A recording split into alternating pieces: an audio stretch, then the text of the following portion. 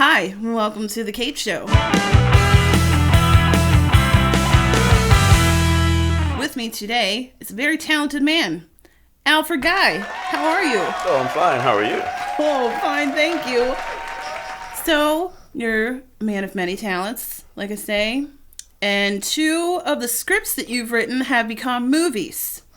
How did you prepare for writing these scripts? Well, not having written a screenplay before, the first thing I needed to do was make sure I had format correct. I think because people expect certain things when you go submit a script, especially if you want somebody to do something with it. After that, it was a matter of getting set on how I wanted to tell the story. So, for example, I'll give you one example. Ready for Action, which was primarily about 4 female detectives. First thing I did was write character profiles for each lady. And then after having that background, it was easier to figure out how they're going to interact with each other within the story. Right. So I don't know if that's how anybody else does it, but that's how I did it. Twice.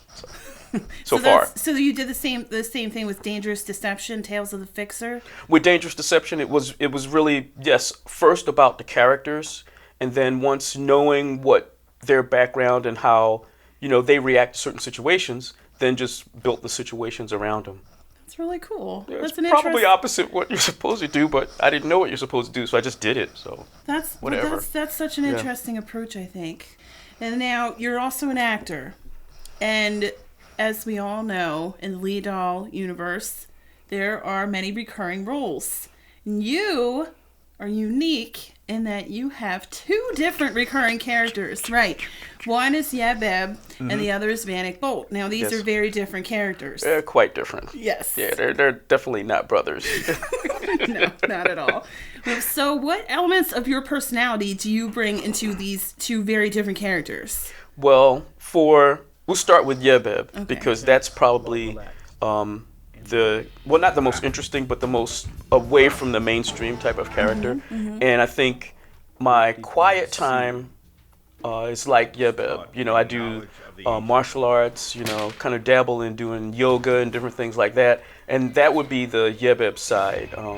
He can do the action part, but he would rather do the meditative part. And so that would be that part of me. The Vanek Bolt is the wilder part, I guess. As wild as I'm going to get, which is not too wild. So stop looking like that.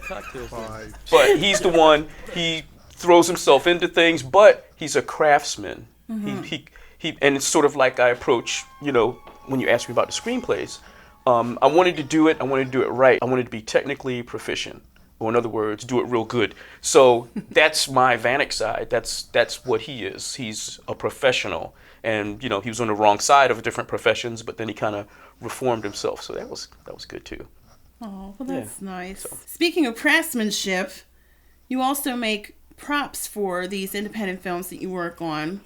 And, they're low budget. How do you manage to do that on a low budget, making props and stuff? Well, nowadays, you can find virtually anything out there on the internets. So what I did was I figured out what would be nice to have in some of these movies. So we wanted to have like an evil book, like in some of the horror movies that you see nowadays. And how could you do that without spending a lot of money? And, looking through different methods of doing it, basically you need some old books and some liquid latex. And then the rest is kind of like, putting your own stamp on it with colors and paints. And it's remarkable when you find out, kind of like a template for doing that, how easy it is to do things. So that kind of carried on into doing tentacles and a whole mask appliance and things like that for just a few dollars, really. That's so cool. Yeah, because didn't you make that big rubber monster suit thing at the end of Dangerous Deception, Tales of the Fixer? Yeah, the Nyarlathotep creature, try to say that fast 3 times. That creature appliance, I made that in the garage along with the tentacles. In fact, the tentacles, each tentacle was a little more complex, and it stepped up to actually making the mask, which was a little bit more difficult. So you start small and work up to a bigger project. That's a very good tip. Yeah, for all you out there, that's a good tip. That's a good tip. And another thing you do on independent films is choreographing stunts, which you've been doing for a long time, right? Pretty long time, yeah. Well, how do you manage to come up with different stunts and still while working with the limitations of independent films? Well, it was helpful because, one, I did have or do have a background in martial arts, so I'm kind of applying that, and then just, it's funny. A lot of things you want to do, you can find the way to do it if you just do a little reading. Reading is fundamental. And you can figure out how to do it with the experience and, the techniques you already have. So what I did is I started reading about stage combat, started watching DVDs on stunt performances and things like that. And then matching that with the martial arts was just a matter of you got to take away the things that will make it dangerous for people. And we were fortunate enough to have some fellow martial artists on the sets of our productions, as well as my two sons who also were martial artists. So having that gives you a base level of experience, and then you can build stunts off of that. And they have their own ideas too, which made it easy to kind of choreograph everything, because you don't have to teach everything. Right. And that's a big plus. Big plus, especially when you don't have money and long training sessions. Like, we're trying to do this, like, okay, next week we need this. And you have to be able to do it and do it safely, which is the first thing for me. Safety is everything in independent films. It's everything. It's everything pretty much any time, really. Yeah, in Safety. any like land or temples or universes and things. It's like true. Safety is number one. It's now, you work with your family. Does that present its own challenges? Well, yes and no. It's getting them to be available because they have other things they want to do, because their primary interest is just not, well, let's go out and make movies. Yeah, movies. But once they get out there, they're fine. And I guess, and we've worked together in the martial arts, so a lot of the stuff is natural. We can kind of just go, let's do this, this, and this, and just go do it. And it's fairly quick. And that quick turnaround, especially when, again, it's low budget, the quick turnaround is very helpful because we can get things produced quickly and safely. Safety. Yeah. Well, all these talents, and you have pipes too. Does it blow people's minds?